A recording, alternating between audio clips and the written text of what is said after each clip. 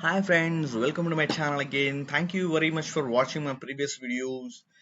Let us understand two more formulas in this video today. The very important formula that we are going to know today is that hlookup and xlookup. So xlookup is a new function that has came in the latest version of Excel. So we'll understand. Okay, thank you. Okay, let us continue to this formula. So now for hlookup also we wanted a table which is in a horizontal manner. Okay, we are going to look the data from horizontal way. Okay, equals hlookup. So anyway, we wanted a lookup. See, in this hlookup, we are going to see the value like this. Okay, from upside to downside or downside to upside. Anything like that. We can do that. Okay, hlookup. So this is the value I'm just going to put here. So the value I'm going to choose from this line: student, Kannada, English, Hindi, subject 1, 2, or whatever the data. So that data I'm just going to target. Okay. So here the table I'm just going to choose is this is the table from A3 to G7.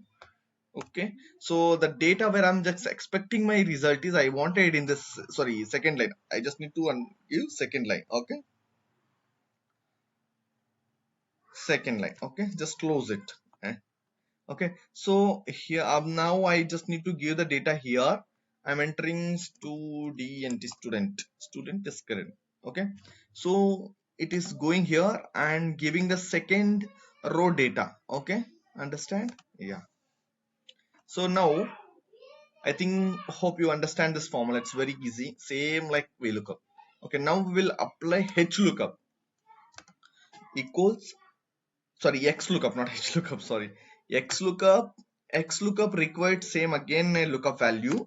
Okay, so this is a lookup value where we are giving, and this lookup value position. Okay, this is the lookup value where we are going to give our data, and here where I want my result.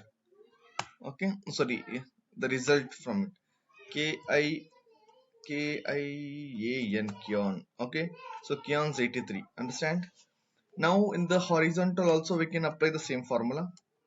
Equals see this x lookup value is this, and this is the row of where I'm just going to look up, and here I want the data, sorry, this one. Okay, yeah, let's close it. So here I'm putting student. See this cover. So one xlookup will solve your hlookup and vlookup both functions. Okay, so no need to use vlookup separately or hlookup separately. So but that should be in your knowledge. So this is the uses of hlookup, vlookup, and xlookup.